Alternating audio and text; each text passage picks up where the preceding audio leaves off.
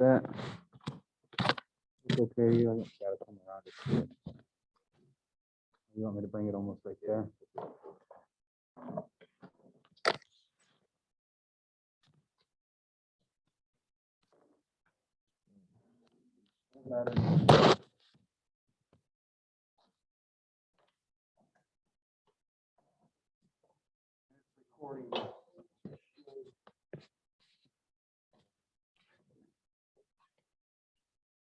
Okay.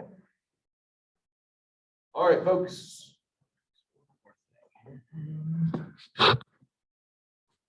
Nope. Appreciate your patience. Technical issues, always have a workaround. All right, so quick reminder, you all should have gotten this email yesterday when I sent it out, but just wanted to remind everyone of a few things that I have listed up there.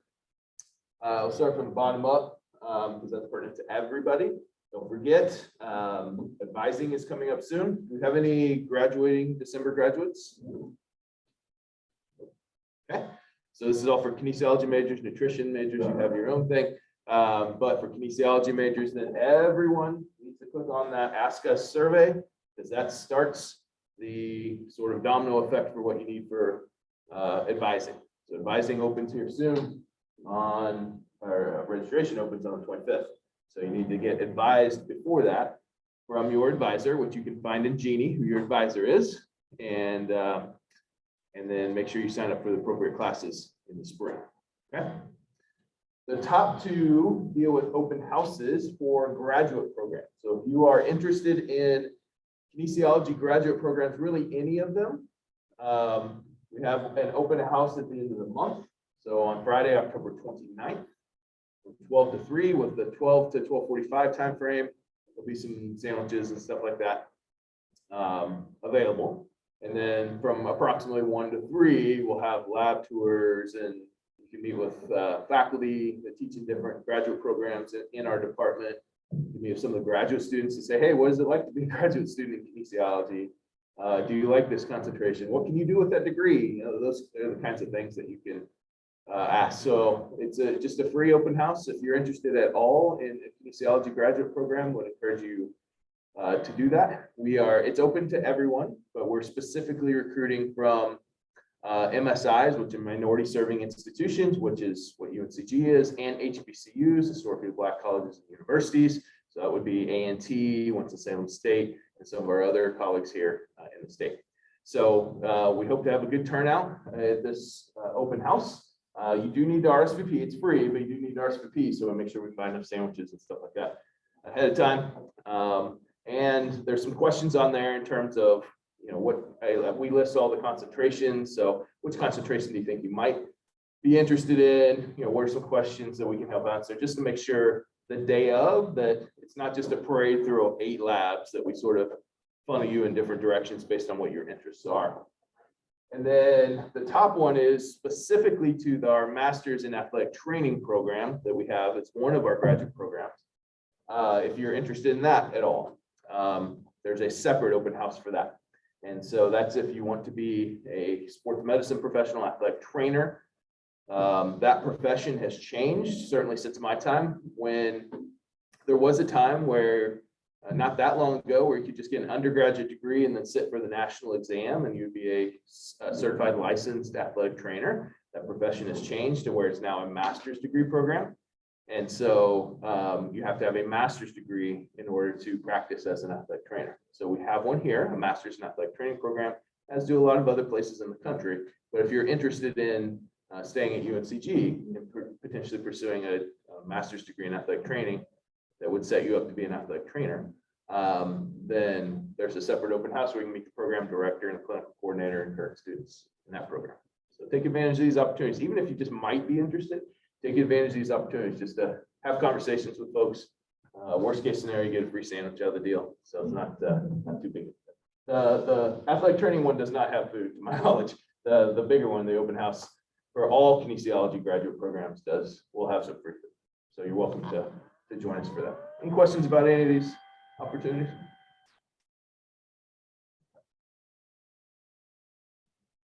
Now, quick survey of where we are with the class. Doing pretty good. We're right on schedule. So we are here on Thursday, October 7th, linear kinematics, right? So we're going to start that today here in just a moment.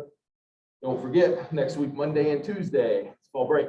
So you get a 4-day weekend coming up. So no class on Tuesday. And then whichever slides we don't get through today in the slide deck, we will finish up the week from today on Thursday. Come back after that, talk about angular kinematics.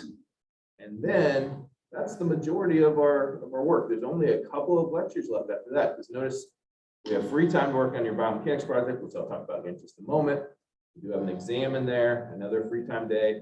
The only 2 content lectures that we have left after exam 2 are movement variability. So that's a lecture that's focused on why humans don't move like robots, why humans move with what's called biological variability, and that's a good thing.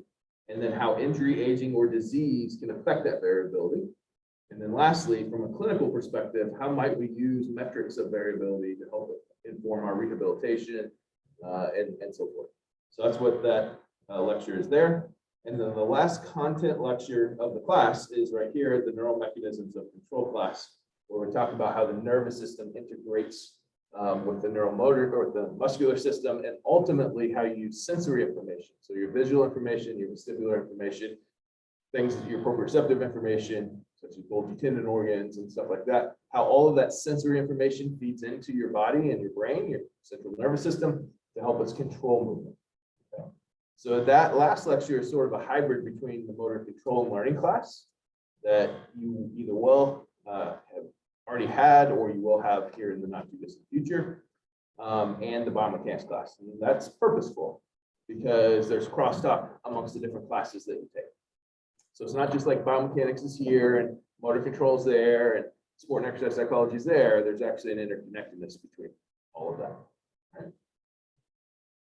So then we'll come back after that. Biomechanics Jeopardy is just a review day, a fun sort of game-like way to play, to do a review. And then another week of working on your paper, exam 3 review, and then we're pretty much at the end of the class. Okay. So let's go talk about the end of the semester project, the applied biomechanics video or paper. So this is something that you should be taking very seriously because it is worth as much as one of your exams. You have 3 exams, they're all with 20% each of your grade. 20 for 2020, that's 60% of your grade from 3 exams. Then you have the applied biomechanics paper or video, your choice. It's also worth 20% of your grade. That's 1/5 of your grade in the class. So make sure you put in the equivalent effort of putting that together. And then of course you got the response papers that are tied in there too for the last little bit. So the paper or the video, the key part is up here at the very top. So the goal of the project is to demonstrate your understanding of biomechanical concepts in the class as they apply to the real world. So which concepts you choose is completely up to you. So if you really liked the kinetics portion or the angular kinematics or the muscle mechanics or certain elements of those, that's fine. The key thing is to make sure you don't go too broad. Don't talk about all the concepts that we discussed in class and try to apply it to all kinds of stuff. Hone in on 1 or 2 of the key concepts. The idea of radius of gyration and moment of inertia, maybe. So how mass is distributed and how things spin, either speed up or slow down like a figure skater. Maybe you really like velocity, and things we're going to end up talking about that today. So just make sure what you choose is focused enough that allows you to express either through the written word or verbally through the video that you have a deep knowledge of that particular piece applied to any form of human motion you want. I don't care what you elect to apply it to, as long as it's meaningful to you. So this is where you sort of get to a blank canvas, and oftentimes students find that frustrating in the beginning because what we as professors oftentimes do is say, here's all the information, go memorize it, come back and bring it to me. In these upper level classes, it's important to give you the autonomy to apply that information as you see fit, so that it's meaningful to you. And so this is one of those options, one of those opportunities for you to actually do that. Okay. So in the past, we've had students that would talk about different skateboard moves because we had some skateboarders in the class. They really wanted to apply biomechanics to that. So they talk about angular velocity and skateboarding. We would have people that were doing powerlifting activities. That was meaningful to them, and they would apply muscle forces to powerlifting. We've had gymnastics, you name it. This class has been taught 12 years now. I've seen pretty much all forms of human movement applied in the different papers, okay, or videos. So what you want to apply that to is up to you. I would strongly suggest that you run your initial ideas past either myself or one of the TAs, just so we can help you make sure that it's focused enough. Almost inevitably, people go too broad, like they're trying to apply too many things to too many motions. So going back to the skateboarding thing, there's all kinds of skateboarding tricks, right? So someone will want to apply all these different biomechanical concepts to like 7 different skateboarding tricks. All right, that's nice, but it's too much for what we need for this paper. I would rather you show me depth of knowledge than scope, like a wide breadth, but very little depth. I want more depth, not as much breadth. Okay, so that's how that's what your goal is for this. You can create a 5-minute video. How you do that is up to you. You can just, like we're doing right now, turn on Zoom, hit record, whatever you want to do there. You can share slides. You can get as creative as you want.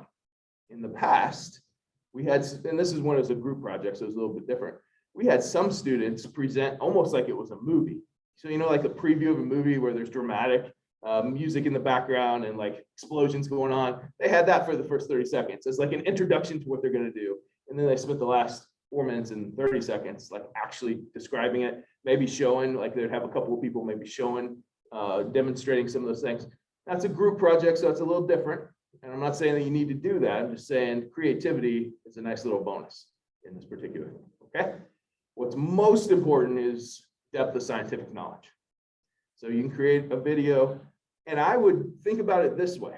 Think about this in terms of, with a video, you may actually want to utilize this for something. Maybe you're applying for a job in the not too distant future, which is the goal. We educate folks and then they go off and get a job in our discipline.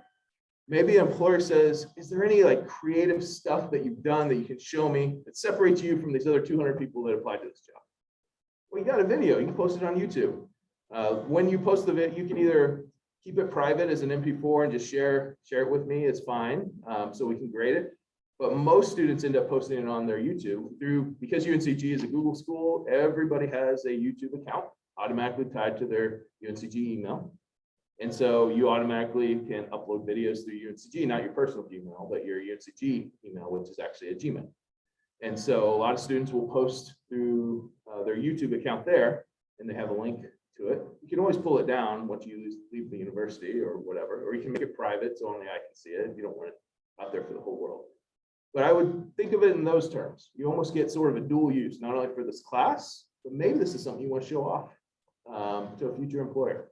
And that's kind of cool. It'd separate you from those other 200 people that are applying for the job that wouldn't have something like this. Okay. So personally, I like watching the videos more so than the papers, but some people feel more comfortable with the written word, and that's fine. So you can write a paper if you want as well. And so with the paper, you can write a 2,000 to 2,500 word paper. It depends on, you know, your font and all that stuff, but 2,000 to 2,500 words is approximately, you know, 3.5-ish pages, 4 pages, somewhere in that range. Okay. So that's kind of what we're looking at for this. I will post the rubric so you know how you're going to get graded on these things. It'll be identical whether we're grading the paper or the video. We're going to be looking for depth of knowledge, and we'll be utilizing something called Bloom's taxonomy, which is an educational framework that demonstrates depth of knowledge. So you can think of Bloom's taxonomy like a pyramid or a triangle. The bottom of that pyramid is basic knowledge. So you'll need to demonstrate that early in your video or your paper, that you have the basic understanding of whatever concept you're talking about. And then it gets more and more sort of specified as you go up, with the top of that pyramid being sort of a creative application, which is why you have to apply it to some form of human movement. Okay. So a little bit more to come on there, but I wanted to provide some more information about this in here today. Okay. Any questions about the video before we move on, or video or paper? Feel good about it? So if I were you, I would start thinking about what you might want to do. We have a few more content lectures, another exam. So it's not like we've exhausted all of the content. Maybe there's something today or next Thursday that really resonates with you, and that's fine. But just start doing the mental gymnastics of what you may want to do for this assignment. All right. I don't have my clicker today, so I'm going to be hovering around over here. Make sure we're still recording. All right, we're good. All right, so today we're talking about kinematics. Remember, the previous several lectures really focused on kinetics, which was the cause of the motion. So if you apply a force, and if it's a big enough force to overcome inertia, then there's motion that occurred. So the force caused that motion. We're talking about a rotational force, a torque. Then it caused whatever that was to move around the axis of rotation. We also talked about the concepts of pressure and other related kinetic concepts. Today, we're talking about kinematics. We don't care about the causes anymore, at least for the next couple of days in class. We care about describing the motion itself.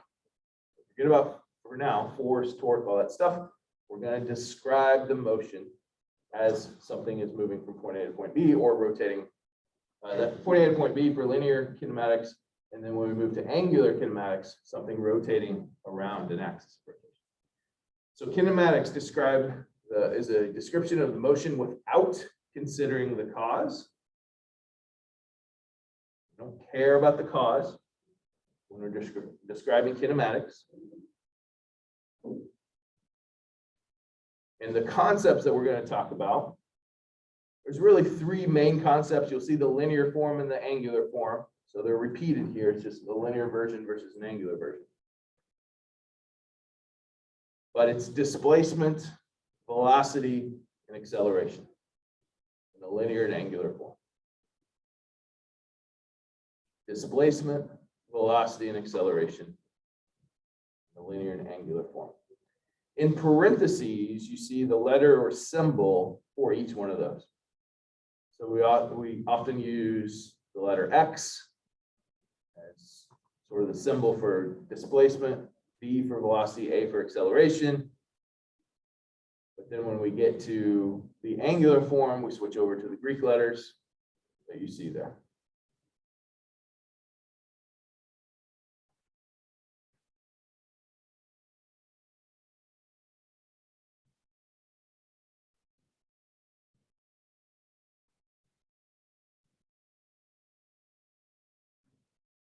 So today, and next Thursday, we're going to focus on these concepts here: linear displacement, linear velocity, and linear acceleration.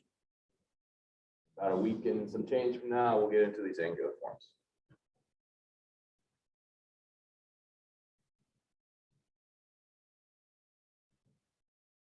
All right, so the easiest way to sort of conceptualize kinematics, at least in a biomechanics form, is to break down the body into a stick figure. That's what we have here. So we have like a graph that's an X and a Y axis. That's what this is. But up above there is a stick figure. We've translated a human body into simply a stick figure that has the right side would be the blue part of the stick figure, and the left side would be the black side of the stick figure. And the person is effectively sort of in mid-stride. They're either walking, jogging, or something along those lines. Okay.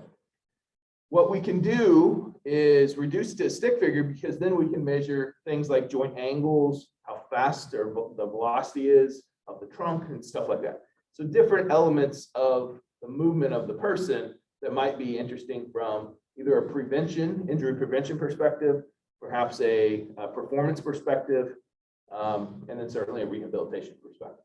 Okay. If you think back to even that first lecture that I showed, there was someone that was in a biomechanics lab. They had all those little reflective dots all over them. Okay, that's how we get to this. We put reflective dots on people. The cameras in that lab only see the little reflective dots. Basically, it takes away the human body and only tracks the little reflective dots. We then do a little connect the dots game to create a stick figure, and that's how we do that. Now, this is the simplest form of it. This is what's called a 2D or two-dimensional stick figure. And you can measure, in this context, you can measure sagittal plane motion. You can measure knee flexion and extension, hip flexion and extension, et cetera. What actually happens in most biomechanics labs and research studies is we do this in actually all 3 dimensions. Okay?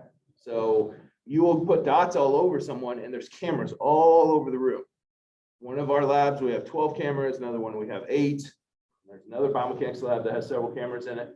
So we are measuring basically from every angle so that when a person does rotation or movement in a non-sagittal plane, we can capture all that. We capture sagittal plane motion, frontal plane motion, and transverse motion all at the same time. Then, depending on the research question, we can go into those different planes and quantify movement in each of those planes. Right? So this is the simplest version, just a 2D stick figure from the side. But just know we scale this up to a 3-dimensional figure, which is the exact same thing that happens, by the way, in video game development, in CGI. All that stuff happens. They all have the same people that outfitted our biomechanics lab here with high-speed motion capture cameras go to all the movie studios and install the exact same hardware and software. So the way that we study biomechanics from a medical perspective, the same way that they make video games look so realistic, in the same way that they make CGI look so realistic. It's all capturing human movement, transforming it into a stick figure. In the case of CGI and video games, they then wrap that stick figure with an avatar, a human-looking character that then moves around.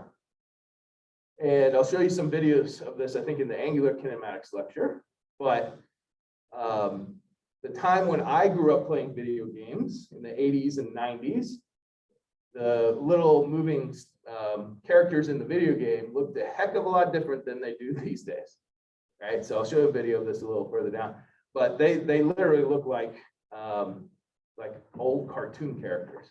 Whereas now, sometimes I'm walking past the TV and it's the new like EA Sports video game. And I'm not sure if that's SportsCenter on or if it's a commercial for the new video game because the graphics look so realistic. The movement is better. Almost all of you could still probably, if I put a real video, high-def video, and the new EA Sports video game, you could still, the human eye is really good at picking up biological motion versus artificial motion. So the movement is still a little more stiff, but it's a heck of a lot better than it was. And so we'll talk a little bit more about that compare and contrast down the road. But just know what we're talking here is the same things done in the entertainment industry and so forth. All right, so first to sort of pit the difference between linear and angular velocity. So velocity, let's just start there. Velocity is change in position over time. So if I start here and I walk 1, 2 meters, right? So my change in position was 2 meters. I went from 0 meters up to 2 meters. I walked 2 meters, okay? And I did that in 2 seconds. I went 2 meters in 2 seconds. 2 divided by 2 is 1. I went 1 meter per second. That's velocity. Okay, we'll get to some other examples here before too long. So that's velocity. But if we're talking about moving from point A to point B, like I just did, that's linear velocity. If we're talking about something that is spinning around a circle with an axis of rotation, that's angular velocity. Okay? It's still moving around. We care how far did it move, divided by how much time it took to move. That's angular velocity. The same concept just applied in a linear or angular form. There is a relationship between those two things. And the relationship is expressed by this formula right here. V, which is linear velocity, equals this Greek letter here is angular velocity multiplied by radius. If you know the angular velocity of something and you know the radius, so that's how far from the axis of rotation, measuring outward to wherever you're measuring to, that's the radius. Multiply those two things together, you get the linear velocity. Now this is important, or an example of this, I should say, is swing of a baseball or softball bat. We'll get to that in just a moment. Okay. So you can go back and forth between linear and angular velocity. It depends on the question that you're trying to ask. Just know that there is a relationship between them. Linear velocity equals angular velocity times the radius. Now, in an example of a baseball bat, a person can swing a baseball bat up to almost 1,600 degrees per second. So let's break that down. How many degrees are in a circle? All right, good. You're scaring me for a second. 360 degrees in a circle, okay? So if I take a baseball bat and we're spinning all the way around into a full circle, in 1 second, I went 360 degrees a second, okay? What we're talking about here is much higher than that, 1,588 degrees per second. So in order to get through that many degrees, I'd have to do multiple circles in a second. Well, but think about how fast someone swings the baseball bat. It doesn't mean you have to go a full circle. It's just measuring how fast that is from this part of the swing through that part of the swing. So a professional baseball player, a professional softball player can swing a bat really fast. And so if you prorate that out to a full circle over a second, they could go up to 1,588 degrees per second. Okay, that's really fast. So we can then, that's the angular velocity. We can then figure out what the linear velocity is. And the linear velocity is important because that's how fast the ball comes off the bat. Okay, so there's a relationship between how fast the bat is swinging and how fast the ball comes off the bat once it's contacted. It's expressed by that relationship there. Linear velocity, which would be how fast the ball comes off the bat, can be predicted by how fast the bat is swinging times the radius. In this case, the radius is the distance from the hands where you're holding the bat to where the ball hits on the barrel of the bat. So that distance.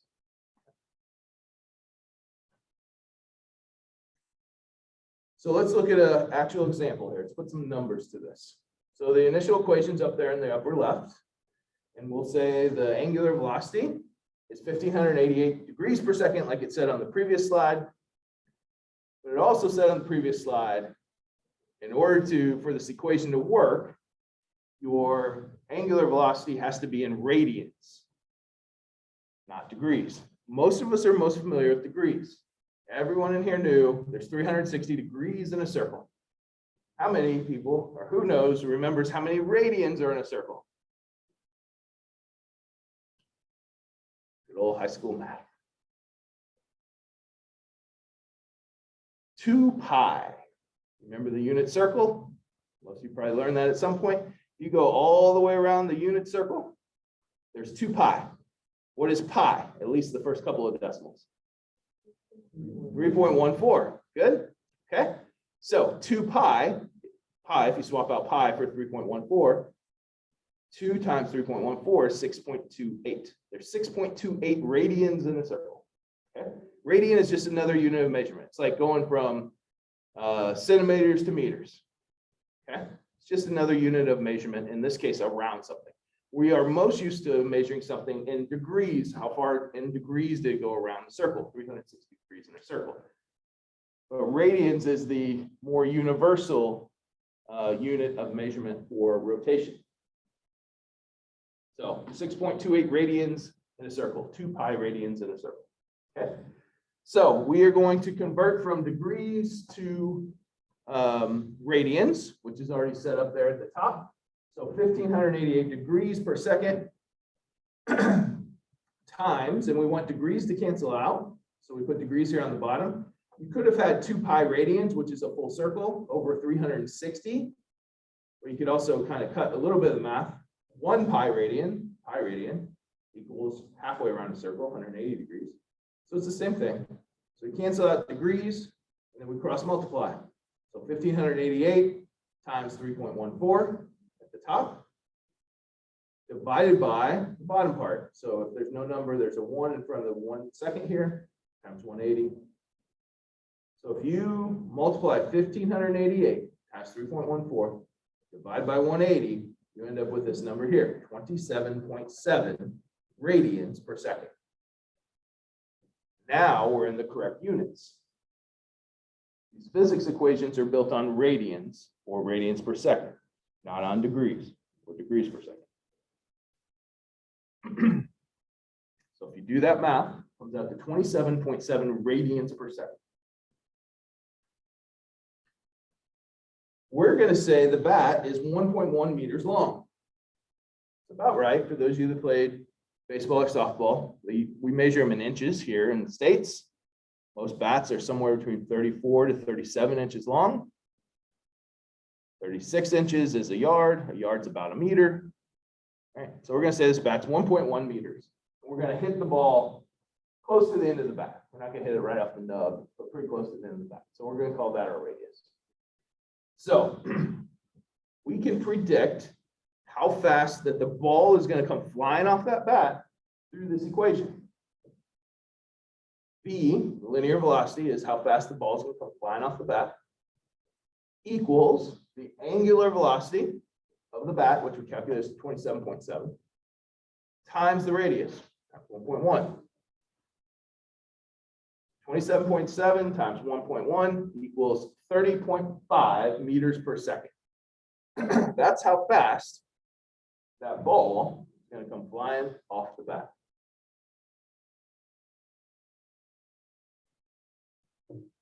That's pretty fast. A meter per second is like this. My hands together, 1 meter in 1 second. Imagine 30 times that fast. So with my hand going from here to here, that's 1 meter per second. 30 times that fast. I can't physically actually do it, right? But we've all seen that, how fast like a line drive is. If you played baseball and softball, if you played third base before, you know that that ball can come flying down the line quicker than what you can react sometimes, right? That's because it's flying at something like that, right? So this is the relationship between the angular velocity of the bat and the linear velocity of the ball.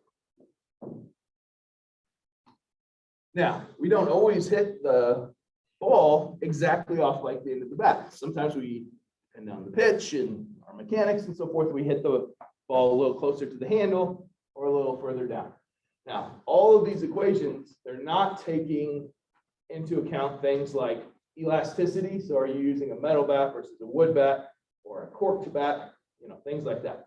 We're not talking about that. Nor are we talking about the elasticity of a baseball or softball, or sometimes the cooked up softballs, put it in a microwave or freeze, depending on what we're trying to do with them. So we're taking elasticity out of it. We're simply talking about the physics of the motion of the bat, the physics of the motion of the ball. So it does get more complex when we consider all those things that I just said. We're breaking it down to its simplest context. So now, what I want you to figure out is what's the velocity for the bat on the left, the linear velocity, so how fast the ball is going to come flying off if the ball only hits here, 0.8 meters. Remember the previous slide is 1.1, so 0.8 meters. You're still swinging the bat at the same speed, by the way, so 27.7 radians per second. Versus the next one on the right, so 0.5 meters. You hit it a little closer to the handle this time. Go ahead and do those quick calculations on your phone.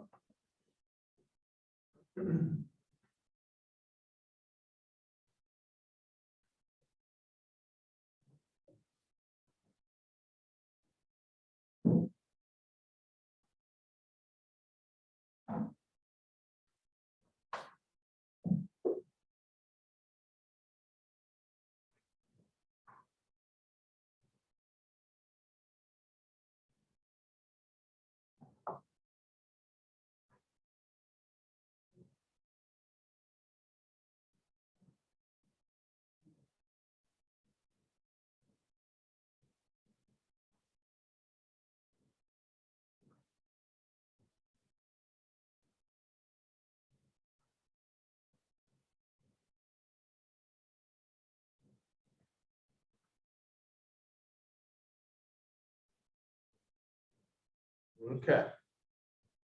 So for the one on the left, with the radius of 0.8, so you hit the ball right about this part of the bat.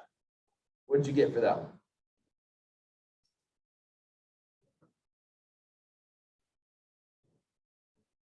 What was that? 22.16, right? So 27.7 times 0.8 equals 22.16, 22.2. Okay. All right, so that makes sense. And then what about the other one? 13.85, 13.85, or 9, but because it started with the 1, we go to 4. Good. All right. So the key thing here is, does that answer make sense? You should always do the sniff test on this stuff, right? So if the equation is simply multiplying angular velocity, 27.7 radians per second, times the radius, and your radius got smaller compared to the previous slide and then smaller again, you should get a smaller and smaller number. If you didn't, something should go off. Uh-oh, I must have punched that in wrong, or I got a decimal off or something like that. So in both these cases, the answer is correct. Conceptually, does that make sense? So who in here played baseball or softball? No one played baseball or softball. Really?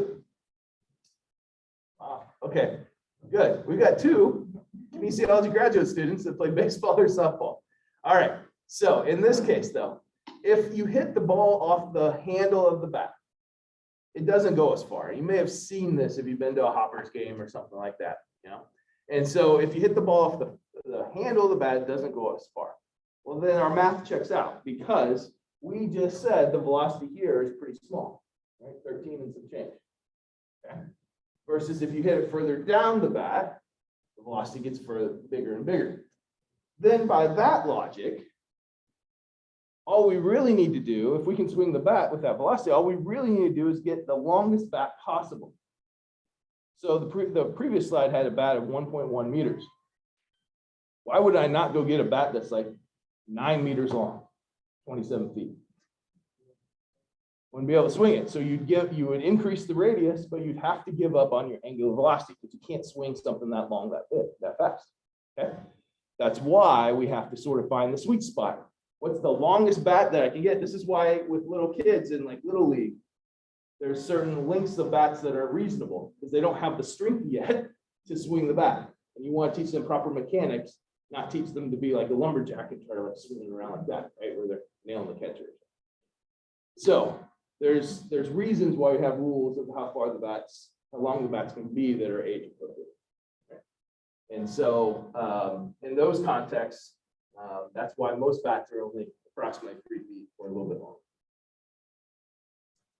All right, so in the context of linear kinematics, then, these are some of the types of questions that one could answer using this framework. I'm not going to go through all these, but just know these are just some sample questions. The quantities we're going to focus on are listed here. So we're going to talk about distance and displacement. Those are commonly used interchangeably, but there is a difference between the two of them. Both of them are measured in meters.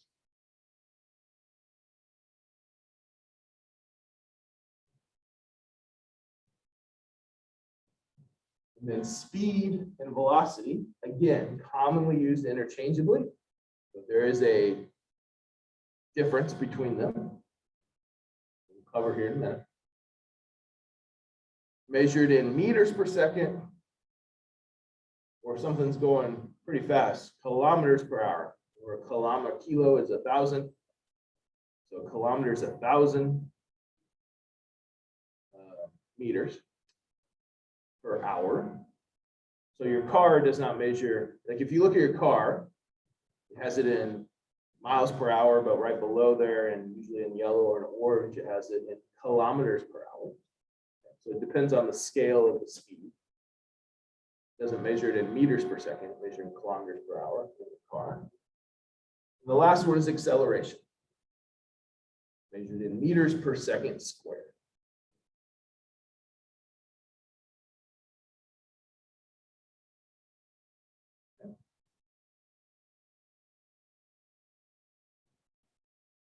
So from a calculus perspective, you can go from position to velocity to acceleration.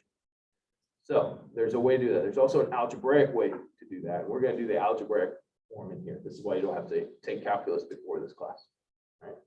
But just know there's different mathematical ways to sort of get from one of these to the other. You do in calculus, you do integrals and go back. Right? For those of you that have that, just as important. All right, so let's first talk about the difference between scalars and vectors, because that is going to then dictate whether we're talking about distance or displacement or speed or velocity. So a scalar versus a vector.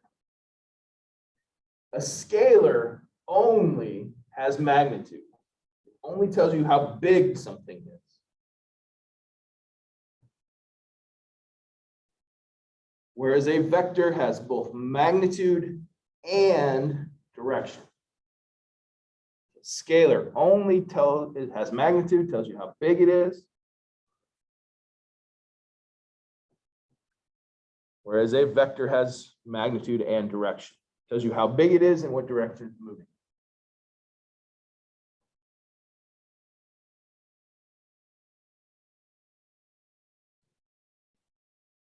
You may remember from when we first started talking about forces, we drew them as arrows. And the bigger the arrow, the bigger the force. And we talked about this very thing on that slide, where we talked about the force is the size of the arrow, that's the magnitude, and where the arrow is pointed is the direction of the force. Okay, so now we have the magnitude and the direction. We were talking about vectors that day. We didn't really get into the sort of the formal definition. We've already touched on this idea of force vectors. Now, let's look at these three concepts here and determine whether they tell us magnitude and or direction. Let's talk about time. When we measure time in seconds, does time tell us magnitude or magnitude, direction, or both? So if I say something took 10 seconds versus 20 seconds, what do you know about the latter compared to the first one, right? Is it more time or less time? It took me 20 seconds to do something versus 10 seconds, right? More time. That tells you about magnitude. More time, greater amount of time, right? So time tells you magnitude. Does time have direction? See a head shaking? No. Can anyone go backwards in time? If you figure that out, please let me know, and we'll be billionaires together. Because then you can go backward in time. Back to the Future, that's long before your time. But go watch it. It's a cool classic. But if you could go backwards in time, then we would say time has a direction. But because time only moves forward, you can't go forward and backwards in time. You can only go forward in time. You can't go backwards in time. Time does not have direction, right? Because it's what's called unidirectional. Right? It's not bidirectional, meaning you can have negative time or positive time. You only have positive time. Now, let's talk about acceleration. Something can move at 10 meters per second or 20 meters per second. All right, so we have magnitude again. But does acceleration, can it be positive or negative? See it shaking the head. Yes. All right, give me an example of a positive acceleration. Probably something most of you did today. What's that? Car speeds up. You hit the accelerator, the gas pedal, right? So you're at a stop sign, hit the gas pedal, you speed up. That's acceleration. What's an example of deceleration or negative acceleration? Same thing. Don't use the brake. Too simple.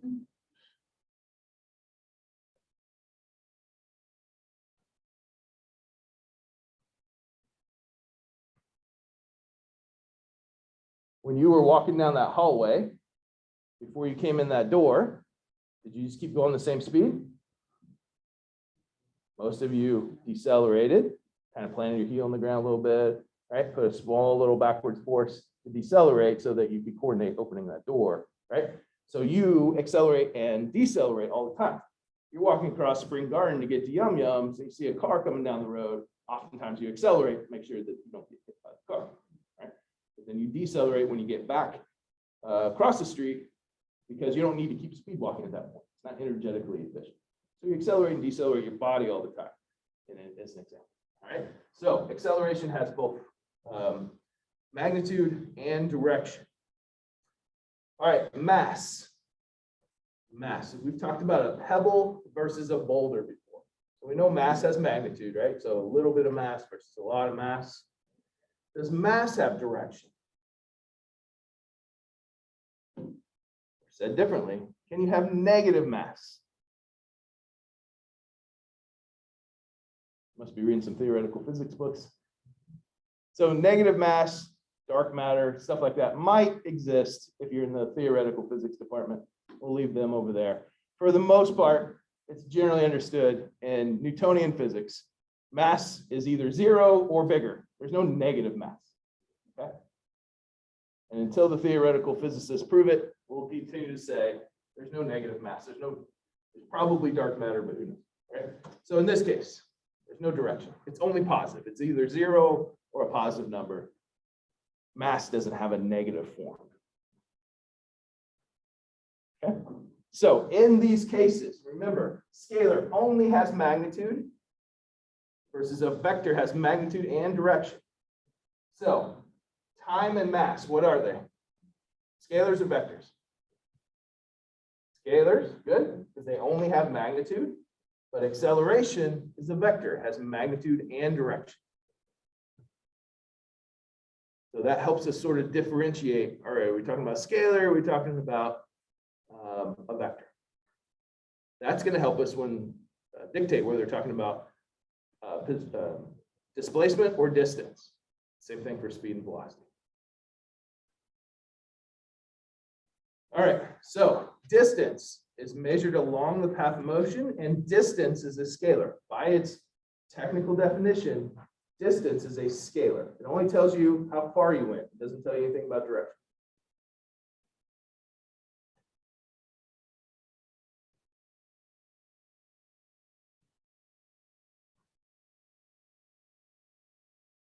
As you might have predicted, displacement is a vector. It is measured in a straight line from point A to point B, part 1 to part 2.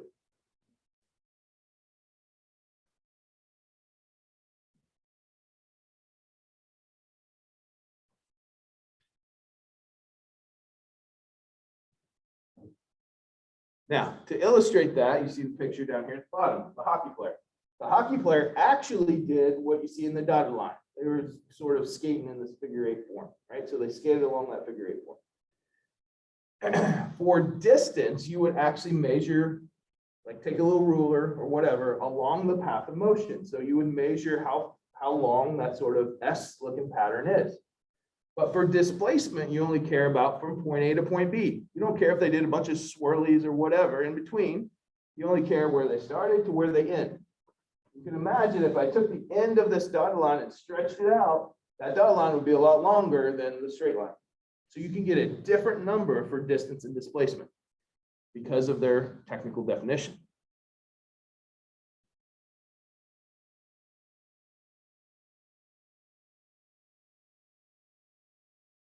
So although these are used interchangeably quite often, there is a physics definition difference between the two of them, and you can see that depicted in the bottom right. Now the dotted line would be longer if we stretched it out, so you get a much longer distance than displacement. Now, example number 2, still talking about distance versus displacement. Let's say we have someone running around on a track. See here. So example 2, 400-meter track. After one lap, what is their distance and what is their displacement? Let's go back to the definition. Distance, measured along the path of motion. So if they do one lap on a 400-meter track, what is their distance? Not a trick question. 400 meters, good. Okay, so you just take a little measurement tool, follow them all around the path of motion, up 400 meters. Okay, what is their displacement? Remember, going back, displacement is measured as the difference between point 1 and point 2, or point A and point B. If the start-finish line is right here, start line's here, they run all the way around, and they finish right here, what's the difference between their start and finish line? Nothing. Their displacement is 0, because they ran in a circle. So 400-meter distance, 0-meter displacement.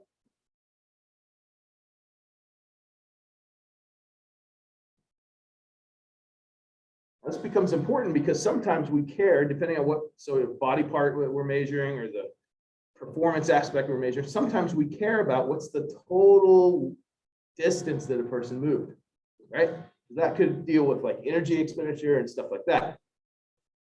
Sometimes we care about what's the displacement in terms of what's the difference between point A and point B, really dictated by the research question that the clinician or the scientist is asking.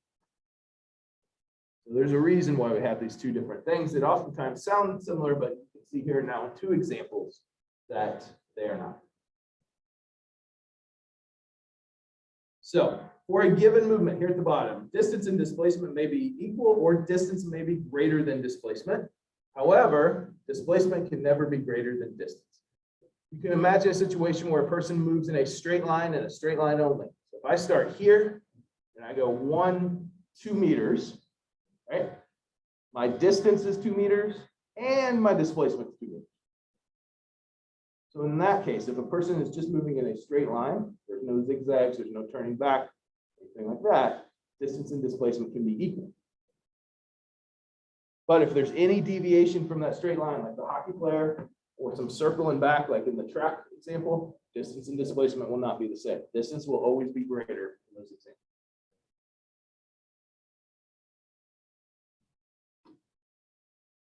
One more example here. So similar to the one I just gave with the, but in this case, a cross-country skier, they went 2 kilometers, 2,000 meters, but in a straight line. So what's the distance and what's the displacement?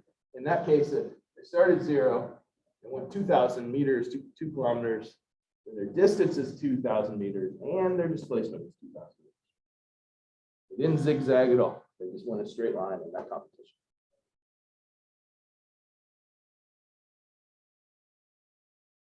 Any questions about distance or displacement? It serves as the basis or the foundation then for speed and velocity. We gotta have this part straight before we move to speed and velocity. All right. Speed is the distance, that distance word being very meaningful, distance covered divided by the time it took to cover. So what is your distance divided by the time? So think of like a stopwatch. When you start moving and then you hit stop on the stopwatch when you stop on it. That's the change in time. It took 5 seconds to do it, took 10 seconds to do it, etc. Because it starts with distance divided by time, and distance is a scalar, therefore speed is a scalar. We only get magnitude with speed.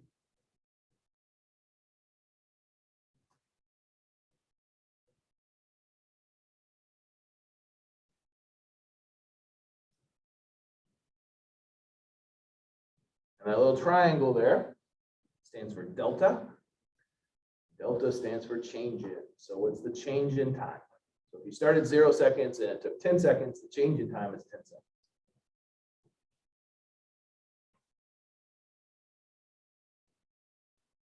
For velocity, it's a change in displacement. Displacement being the key word. Over a given time period. How long did it take to move point A to point B? And because displacement's a vector, so is velocity.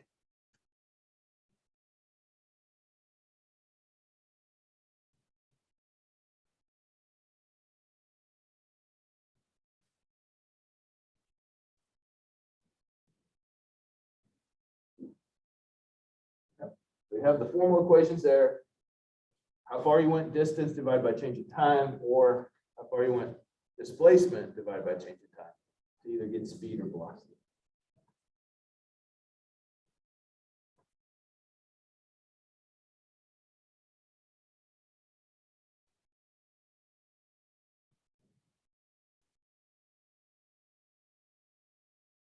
Okay.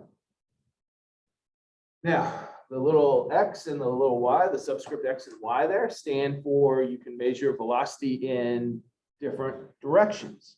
You can measure velocity in the x direction or the y direction.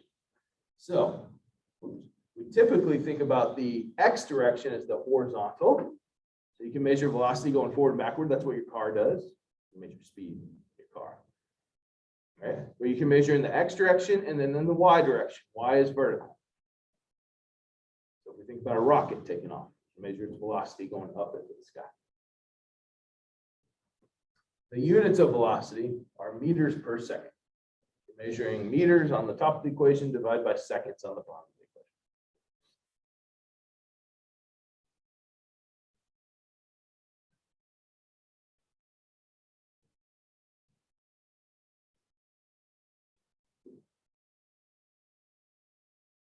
All right, so let's think about velocity conceptually.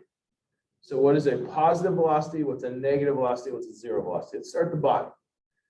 What does zero velocity mean? What does that look like? How would you describe something that's moving with zero velocity?